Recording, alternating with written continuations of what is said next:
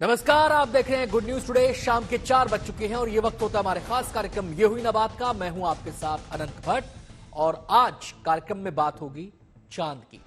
हमारा चंद्रमा से जितना वैज्ञानिक नाता है, चंद्रमा का उतना ही गहरा संबंध ज्योतिष से भी है। आज चंद्रमा की चमक, उसका आकार अद्वितीय होने वाला है। आज पूर्णिमा भी है, साथ ही सुपरमून और ब्लू मून का संयोग भी बन रहा है। कुल मिलाकर यह मौका न केवल वैज्ञानिकों के लिए खास होने वाला है, बल्कि ज्योतिषियों की नजर भी चंद्रमा पर रहने वाली है। तो क्या है सुपरमून का ज्योतिषीय कनेक्शन और कैसे ब्लू मून का असर हमारे जीवन पर पड़ सकता है, इसका वैज्ञानिक पक्ष क्या है, तमाम पहलुओं पर विस्तार से आज हम करेंगे चर्चा। खास मेहमानों का पूरा पैनल हमारे साथ इस चर्चा में शामिल रहेगा। लेकिन अपने मेहमानों के साथ चर्चा की शुरुआत करें उससे पहले ये रिपोर्ट आपको दिखाते हैं।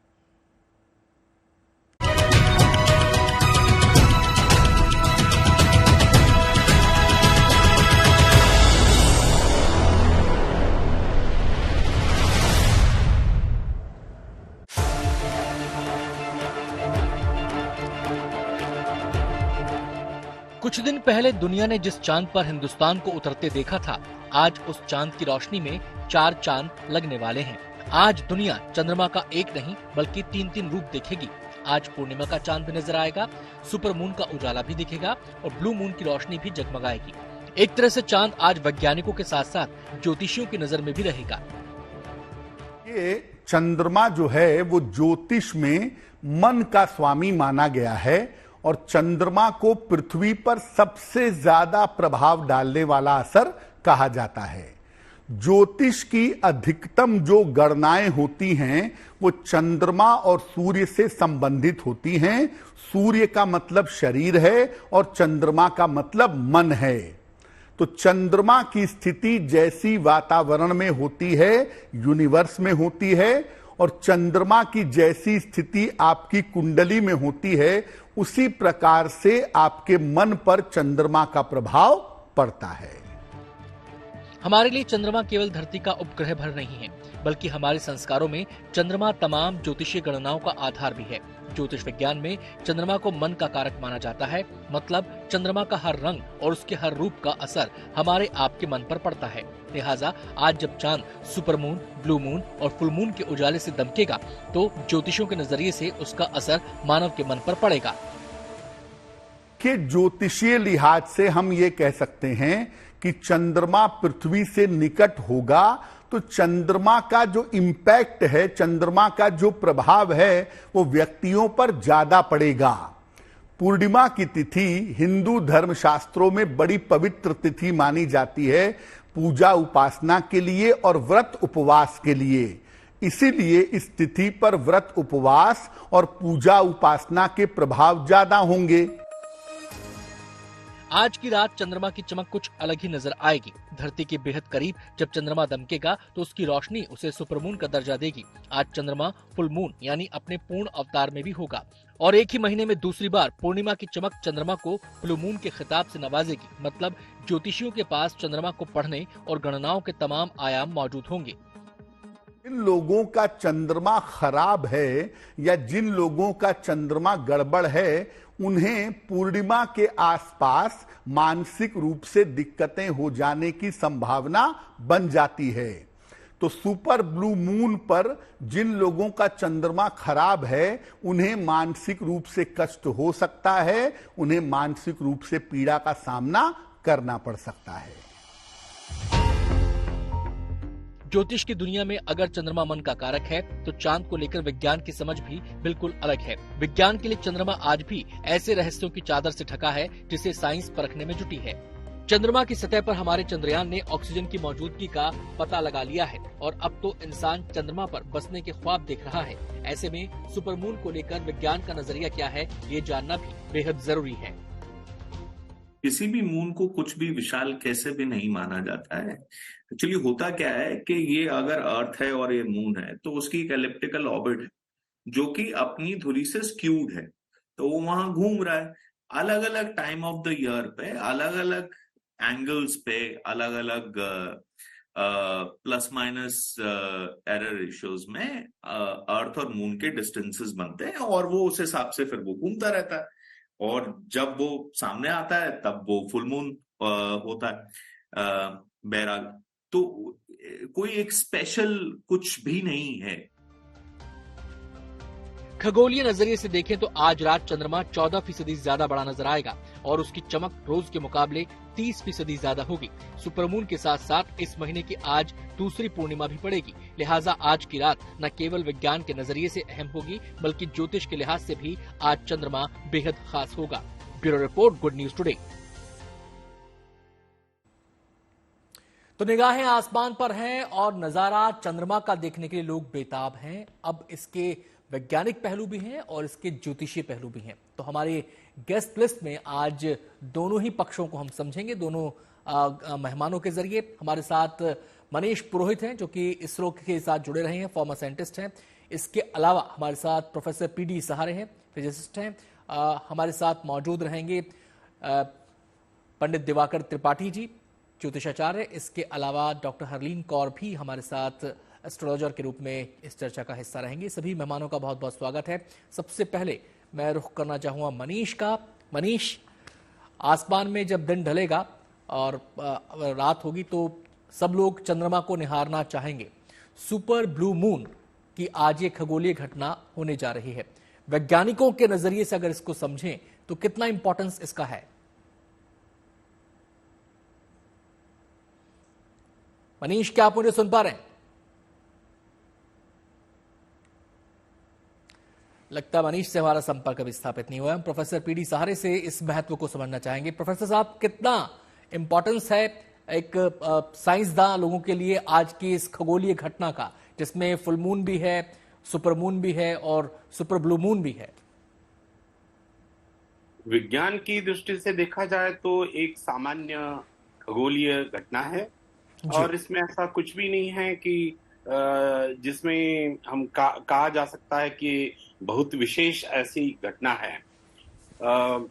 जहां तक सवाल है कि एक साल में एक ये महीने में दो पूर्णिमाएं आई है, तो ये एक जो घटना है वो गणना के वजह से हुई है। जैसे कि आप भी जानते हैं कि चंद्रमा का जो एक दिन होता है वो पृथ्वी पर हम जो एक दिन मानते हैं उसके 14 दिन के लगभग 14 दिन के बराबर होता है, 14 पॉइंट समथिंग। और यदि इसकी गणना की जाए तो एक महीने में एक रात और एक दिन आएगा चंद्रमा पर जी। तो इसका मतलब ये हुआ कि एक वहां का जो पूरा 24 घंटे का हम जो दिन पृथ्वी पर मानते हैं, वहां 29.5 29.5 दिन का एक दिन वहां पर होगा जी। और इस तरह से गणना की जाए तो एक साल में वो 354 दिन का जो एक वहां पर हमारे जो एक साल है उसमें जो 354 दिन है तो वहां पर वो 12 दिन माने जाएंगे जी। और यदि इस तरह की गणना की जाए तो 2 साल में एक महीना बढ़ जाता है जी, वहां की गणना के हिसाब से। तो इसका मतलब ये हुआ कि 2 साल में ये एक पूर्णिमा ज्यादा आएगी जी। और ये जो इसीलिए वो किसी एक महीने में 2 पूर्णिमाएं आएगी, जैसे कि अभी आ रही हैं और 2025 में अगस्त में एक और पूर्णिमा आएगी। तो जो अधिक से अधिक एक पूर्णिमा आती है उसी को वो ब्लू मून कहा जाता है। ऐसा तो विज्ञान की दृष्टि से एक सामान्य घटना है, ये गणना की वजह से हो रहा है और ऐसा इसमें कुछ भी नहीं है कि विशेष कि जिसे हम कह सकते। दूसरी बात कि ये जो चंद्रमा पृथ्वी के ओर घूम रहा है और पृथ्वी का अक्ष थोड़ा टिल्टेड है, थोड़ा एकदम सीधा नहीं है। दूसरा कि ये जो चक्कर लगाता है तो इसका ऑर्बिट जो है वो भी इलिप्टिकल है, वो भी एकदम गोल नहीं है। तो इस वजह से वो कभी प्रोफेसर साहब, अब आपसे ये समझना चाहेंगे कि जब ये घटना होती है, चाहे वो सुपरमून की घटना हो, चाहे वो ब्लू मून की घटना हो, सुपर ब्लू मून की घटना हो, तो इस खगोलीय घटना को चंद्रमा के अध्ययन के लिहाज से कुछ खास इस दौरान जो साइंटिस्ट होते हैं वो ऑब्जर्वेशंस करते हैं, कुछ, या फिर एक सामान्य घटना के तौर पर ही इसको देखा जाता है और कोई वैसी हलचल इसमें नहीं होती है? नहीं, इसको तो एक सामान्य घटना की तरह ही देखा जाता है और इसमें इस तरह का बहुत कुछ विज्ञान के इसमें ऐसा बहुत मेजरमेंट और बहुत कुछ नहीं किया जा सकता है। इसमें फर्क इतना ही है कि क्योंकि वो थोड़ा पृथ्वी के और नजदीक आता है, तो जैसे हमने हाई टाइड वगैरह जो होते हैं, लो टाइड, हाई टाइड, तो उसमें और थोड़ा उछाल आ सकता है। बाकी विज्ञान की दृष्टि से वैज्ञानिकों के लिए चंद्रमा हमेशा ही अच्छा रहा है और जो ज्योतिष शास्त्र कहते हैं कि किसी के लिए बुरा है, किसी के लिए अच्छा है, ये विज्ञान नहीं मानता है और इसमें माना नहीं जाता है। आता हूं प्रोफेसर साहब मैं आपके पास में मनीष पुरोहित का रुख करना चाहूंगा। मनीष, क्या आप मुझे सुन पा रहे हैं? आप मनीष, आपको मेरी आवाज मिल रही है?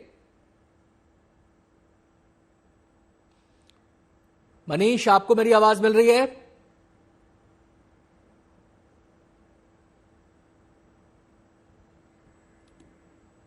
मनीष, आपको आवाज मिल रही है मेरी?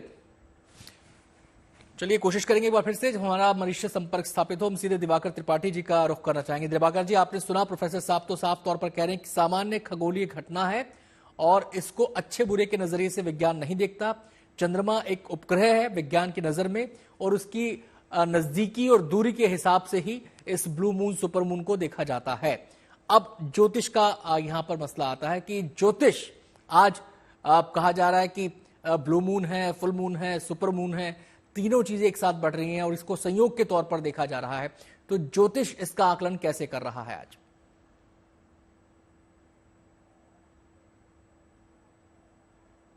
भारतवासियों को जीएनटी की तरफ से रक्षाबंधन की ढेर सारी शुभकामनाएं। देखिए, बड़ा सुंदर संयोग है, श्रावण मास की पूर्णिमा तिथि है। पूर्णिमा का महत्व हमारे शास्त्रों में वैसे भी अनंत काल से बताया गया है, आज से नहीं बताया गया, बहुत दिन से बताया गया है। विज्ञान का अन्वेषण अभी चल रहा है, तो इसमें मैं बिल्कुल विज्ञान का सम्मान करता हूँ और सभी को बधाई भी देता हूं कि इन लोगों ने बड़ा कीर्तिमान स्थापित किया है। तो सबको मैं, सभी वैज्ञानिक बंधुओं को प्रणाम भी करता हूं।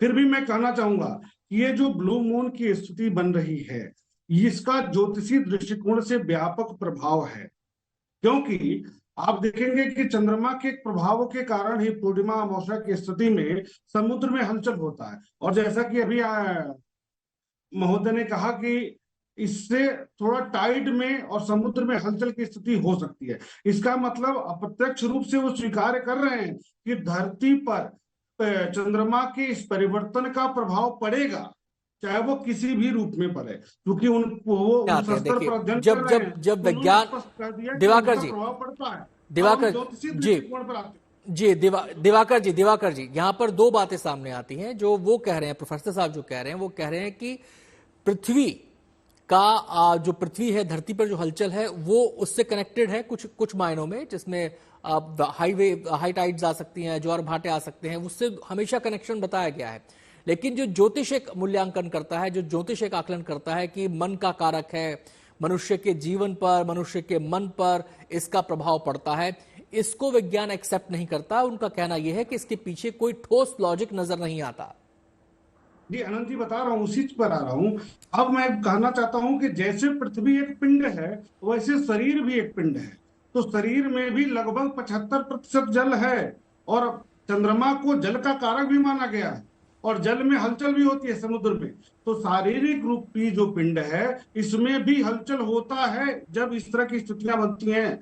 जब ऐसा स्थिति बनेगी तो मन में हलचल होगा, मन में परिवर्तन होगा। मैं आता हूं दिवाकर जी, मैं आता हूं दिवाकर जी आपके पास। मैं सीधे मनीष का रुख करना चाहूँ। मनीष, सबसे पहले तो ये बताएं, मेरी आवाज अब आपको मिल रही है?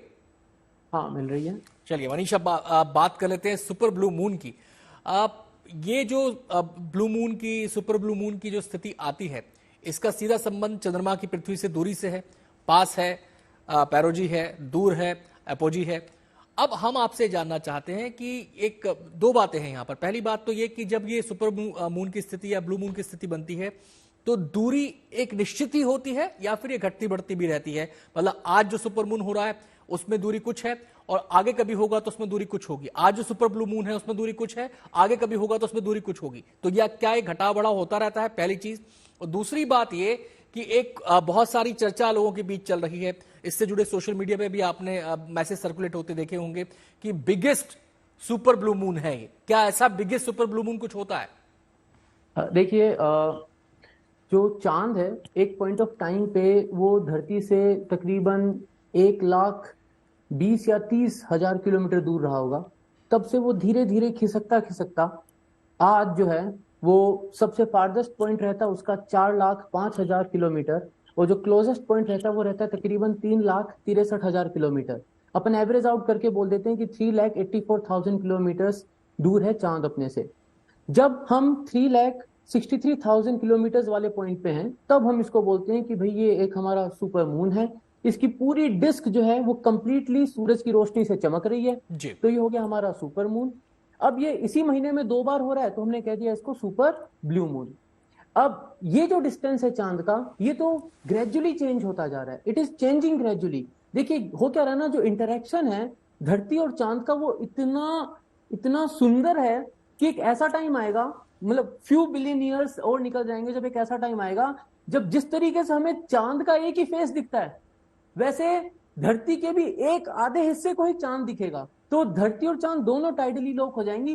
तो ये चेंजेस तो होते रहेंगे, तभी तो नासा का जो एक वो रिफ्रैक्टोमीटर एरे लगा हुआ है जो अपने चंद्रयान के ऊपर हमने भेजा है वो इसीलिए तो है कि कंटिन्यूअसली हम ये मेजर करते रहे कि चांद हमसे कितना दूर होता जा रहा है, क्योंकि हर साल ये 4 सेंटीमीटर खिसक जाता है। तो ये एक ग्रेजुअल प्रोसेस है जो पिछले करोड़ों सालों से होता आ रहा है। मतलब ये जो बिगेस्ट सुपर ब्लू मून की बात कही जा रही है, ये इसको आप क्या देखते हैं? ये क्या तार्किक दृष्टि से ठीक है? ये देखिए ये 2037 में फिर से आ जाएगा जी, फिर शायद 2047 में फिर से आ जाएगा। तो नहीं, तब तक अपन भूल जाएंगे तो अपन बोल देंगे वो था। देखिए ये ऐसा है कि क्लोजेस्ट पॉइंट पे ये क्लोजेस्ट पॉइंट भी शिफ्ट हो जाते हैं क्योंकि चांद ओवरऑल शिफ्ट हो रहा है। वही मैं आपसे जानना चाह रहा हूं कि जिस समय हम देखेंगे, जैसे आज हम देख रहे हैं, हम 2023 में उसको आज जब देखेंगे सुपर ब्लू मून को, तो ये हमारा आज एक्स हमारा क्लोजेस्ट पॉइंट है, ठीक है। जब हम आगे 10 साल बाद देखेंगे, 5 साल बाद देखेंगे, 12 साल बाद देखेंगे, जब भी ये सुपर ब्लू मून पड़ेगा तो उस समय हमारा क्लोजेस्ट पॉइंट चेंज हो सकता है क्या? एक्स की जगह वाई हो सकता है? बिल्कुल हो सकता है जी। और इसी वजह से इसके आधार पर, यानी कि उस तुलना के आधार पर अगर कोई कहे कि बिगेस्ट सुपर ब्लू मून है ये, तो वो तार्किक दृष्टि से ठीक है? नहीं तो फिर इससे पहले तो और भी पास रहा होगा ना। अगर हम और 100 करोड़ साल पीछे चले जाएंगे तो और भी पास रहा होगा। तब तो मैं बता रहा हूँ ना, तब तो 1,10,000 किलोमीटर या 1,30,000 किलोमीटर दूरी था, तब तो और भी बड़ा दिखता होगा, तब तो और भी ज्यादा इफेक्ट आता होगा। चलिए ठीक है, मैं आता हूं मनीष आपके पास। और भी बहुत सारे रोचक दिलचस्प पहलू हैं और दिलचस्प सवाल हैं जो लोगों के जहन में उठते हैं इन तमाम घटनाओं को, खगोलीय घटनाओं को लेकर। मैं सीधे यहां पर रुख करना चाहूंगा। हमारे साथ मौजूद हैं हरलीन जी। हरलीन जी, मेरा सवाल आपसे यह है कि ज्योतिष में जब विचार किया जाता है तो कहा जाता है कि चांद की स्थिति, उसका आकार, उसकी जो गति है, वो तमाम चीजें मिलकर मनुष्य के जीवन पर, उसके मन मस्तिष्क पर प्रभाव डालती हैं। लेकिन विज्ञान कहता है कि भैया ना तो चांद का आकार बदलता है और ना ही चांद के हिसाब से मनुष्य की स्थितियां परिस्थितियां बदलती हैं। आपकी व्याख्या इस पर क्या है? देखिए, अगर मैं बात करूं एनर्जी की, लाइक हर चीज में एनर्जी है। जब हमें सूर्य से रोशनी मिलती है तो वो एनर्जी है, उसी से प्लांट्स ग्रो होते हैं, सब कुछ लाइक जीवन मिलता है। तो ऐसी जो मून की रोशनी है वो रोशनी हमारे तक आती है। हमारे भी आभा मंडल है, हमारी बॉडी के आसपास ऑरा है, एक एनर्जी फील्ड है ना। तो उस एनर्जी फील्ड पे जब चांद की वो रोशनी पड़ती है तो उस रोशनी का, उसकी एनर्जी का, उसकी रेस का असर हम पर होता है। आप देखिए, अगर कोई पर्सन उदास है, कोई सैड है और बहुत दूर है और आप उससे कनेक्टेड है इमोशनली, तो आपको ऐसा लगेगा कि आप भी आज थोड़े से उदास है, पता नहीं क्यों आज मन उदास है। तो ये कनेक्शन होता है, चाहे वो कितना भी दूर हो। ऐसी मदर और बच्चों का भी रिलेशन ऐसा रहता है, वो कितना भी दूर हो तो कनेक्शन होता है। तो मून हमारे इमोशंस के साथ कनेक्टेड है, इमोशंस को शो करता है। तो जैसे जैसे मून घटता बढ़ता है, ऐसी पर्सन्स के, प्लैनेट्स के अकॉर्डिंग उनकी मूड स्विंग्स होते हैं। तो ये तो देखिए एनर्जी की बात है, इसको हम अपनी आंखों से नहीं देख पाते मगर महसूस तो कर पाते हैं। तो अगर कभी कभी आपको भी होता होगा ऐसा कि आज आप बहुत खुश हैं और आज आप कभी बिना बात के उदास हैं या बिना बात के थोड़ा सा कम महसूस कर रहे हैं, तो ये एनर्जी ही है जो हमारे मूड स्विंग्स करती है या चेंज करती है। तो ऑफ कोर्स असर पड़ता है उस रेस का, उन किरणों का, क्योंकि ऊपर अंतरिक्ष में जो भी प्लैनेट्स मूव कर रहे हैं, रोटेट कर रहे हैं, हमारी एनर्जी पे असर पड़ेगा। उनके कलर्स, जो जो कलर के वो प्लैनेट्स हैं, हमारे ऑरा में भी वही कलर्स हैं, वही 7 रंग है हमारी एनर्जी में। हम 7 रंग बोलते हैं, विबग्योर बोलते हैं। अगर कोई असर ऑरा होता है- अगर कोई ऑरा रीड करने वाली, ऑरा को दर्शाने वाली मशीन होती, तो आज इंसान का, किसी XYZ किसी भी इंसान का ऑरा जो है चांद के हिसाब से रिफ्लेक्ट होता, उसके हिसाब से कलर उसका दिखाई देता। ऑरा का कलर अगर हम माप जी हाँ जी, ऑरा रीड करने की मशीन्स हैं, कैमरास हैं, लाइव डिटेक्शन है। जैसे अभी जैसा आप महसूस कर रहे हैं, तो फोटोग्राफी के थ्रू हम ऑरा को भी देख सकते हैं और बंद आंखों से भी देख सकते हैं। जैसे मैं मेडिटेशन करवाती हूँ, हीलिंग करवाती हूँ, तो हम ये ऐसे पेंडुलम डाउजर से भी चेक करते हैं। और आप देखेंगे साइंटिस्ट भी इस डाउजर का इस्तेमाल करते हैं पानी की खोज करने में, पेट्रोल देखने में, किसी धातु को देखने में। तो ऐसा डाउजर जो है पेंडुलम, उनके भी उनको अपनी चीजें ढूंढने में एक काम छोटा आता सा, है। एक छोटी सी प्रतिक्रिया में जो प्रोफेसर साहब से यहाँ पर लेनी होगी।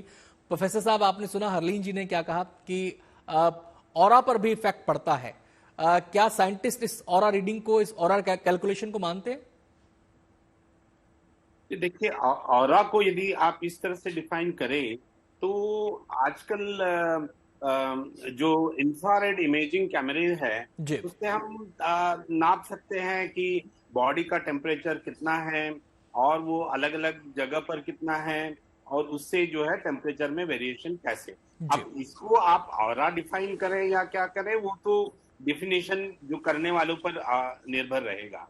मेरा मानना ये है कि कोई भी ग्रह है, चांद है, और भी नवग्रह कहते हैं, और भी तरह के ग्रह कहते हैं, हम ये नहीं झुठला रहे हैं कि उनका प्रभाव होता होगा, जैसे कि ज्वार भाटा में और ये करके हम इसको उनका सम्मान करते हैं ज्योतिष।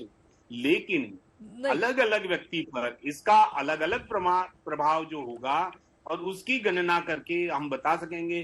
तो अभी तक इस तरह का प्रोफेसर साहब, यहाँ पर समझने वाली बात यह है, यहाँ पर मेरा जो सवाल आपसे है कि हम इस चीज को साइंटिफिकली इसलिए नेगेट कर रहे हैं क्योंकि ऐसी कोई स्टडीज हुई नहीं है, या फिर हम इसलिए नेगेट कर रहे हैं कि इसका कोई रिलेशन ही नहीं है? दोनों बातों में अंतर है। आप किस आधार पर अपनी बात कह रहे हैं?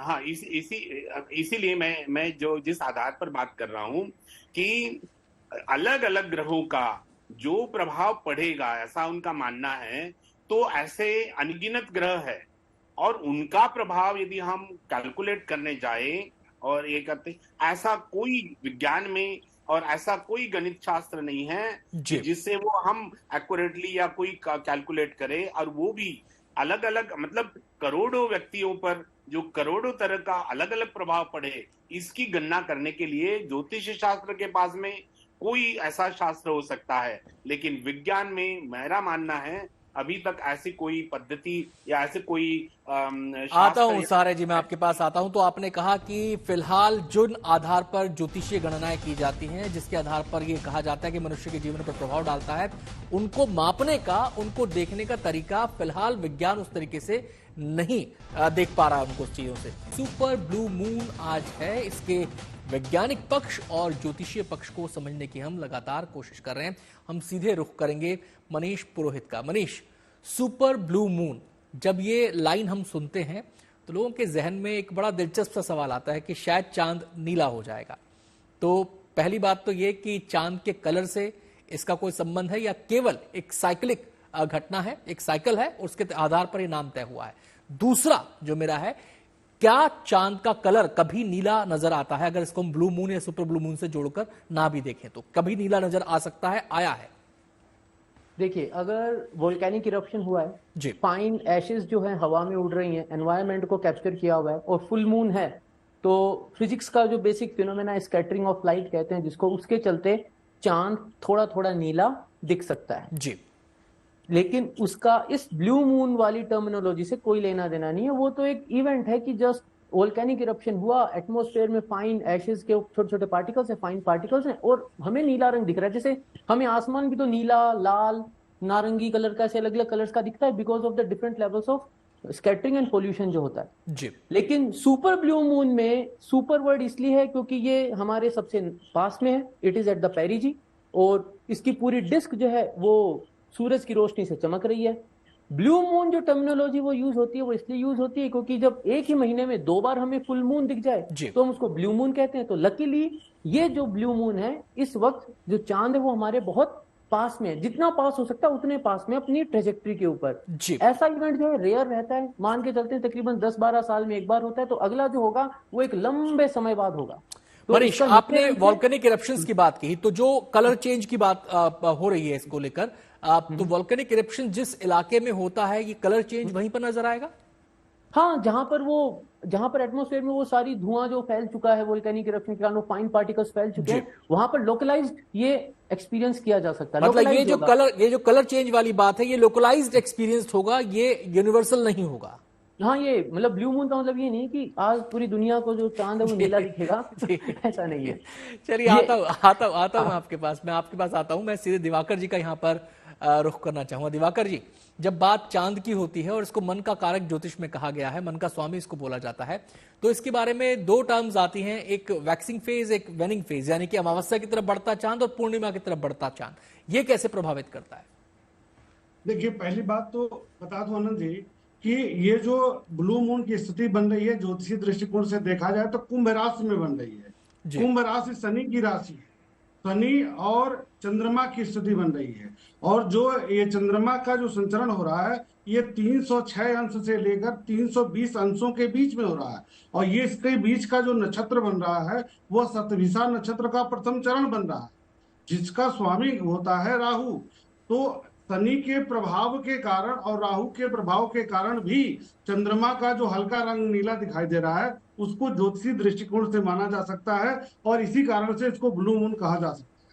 चलिए, आपकी व्याख्या होगी। वेनिंग फेज और वैक्सिंग फेज, हमारी अलग विचारधारा है जी। चलिए, वैक्सिंग फेज एंड वेनिंग फेज, यानी कि अमावस्या की ओर बढ़ता चांद और पूर्णिमा की तरफ बढ़ता चांद कैसे प्रभावित करता है, संक्षेप में मुझे एक सवाल हरलीन जी से भी लेना है। देखिए, जब पूर्णिमा की तरफ चांद बढ़ता है तो उसके चांद के प्रभाव में बल मिलता है, यानी चंद्रमा का जो प्रभाव है वो सकारात्मक रूप से बढ़ता जाता है। और जो पूर्णिमा के बाद से जो सप्तमी तक अष्टमी तक चांद रहता है वो पूर्ण प्रभाव में रहता है। सप्तमी के बाद से उसकी स्थितियां क्षीण होती चली जाती हैं। चलिए, मैं हरलीन जी का यहाँ पर रुख करता हूं। हरलीन जी, चांद की जब गणना की जाती है, मनुष्य के जीवन से जोड़कर उसको देखा जाता है, तो बाकी ग्रहों से उसके संबंध को भी आंका जाता है। तो उस दृष्टि से देखें तो क्या यहाँ पर न्यूट्रल ग्रह होते हैं, दोस्त ग्रह होते हैं, वक्री ग्रह होते हैं, उसका भी अध्ययन होता है? देखिए, मैं एक थेरेपिस्ट हूँ, हीलर हूँ, तो मैं बहुत ज्यादा एनर्जीज को मानती हूँ, बहुत बिलीव करती हूँ एनर्जीज पे, क्योंकि आस पास आपके जैसा एनवायरनमेंट है, जैसी एनर्जीज हैं, वो आपको इफेक्ट करेंगे ही।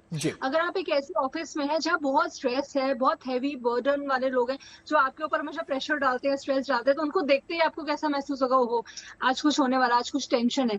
और जो लोग बहुत नरम दिल के हैं, बहुत रिलैक्स्ड हैं और बहुत प्यार से बात करते हैं, तो उनसे आप मिलेंगे तो आपको कैसा फील होगा। तो इन्वायरमेंट बहुत आसपास है, तो ऐसे प्लैनेट्स हमारा एनवायरनमेंट है।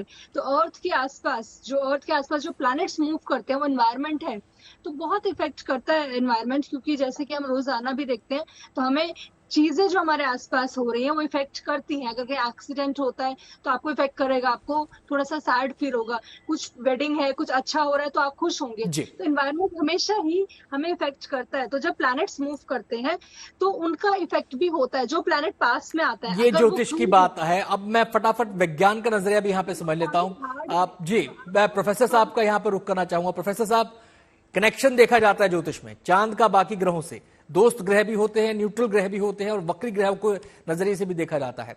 क्या चांद का हमारे सौरमंडल में बाकी ग्रहों से कनेक्शन विज्ञान किस तरीके से आंकता है? नहीं, जो भी ग्रह, सारे ग्रह जो है आपस में उनका भी इंटरेक्शन हो सकता है। हम इस बात को ये नहीं नकारते हैं कि एक ग्रह का दूसरे ग्रह के साथ में इंटरेक्शन नहीं होता होगा, बट बात यह है कि इतने असंख्य ग्रहों की एक साथ गणना करना साइंस के लिए, और मैंने जैसे पहले भी कहा, इस तरह का कोई गणित या शास्त्र या ऐसे कोई अभी हमारे पास नहीं है कि सभी ग्रहों का एक साथ गणना करके बता सके कि उसका नेट रिजल्ट क्या है, किस पर क्या प्रभाव पड़ रहा है और क्या हो रहा है। बहुत बहुत शुक्रिया सहारे साहब हमसे बातचीत करने के लिए। बाकी मेहमानों का भी बहुत बहुत शुक्रिया हमारे साथ इस चर्चा में शामिल होने के लिए।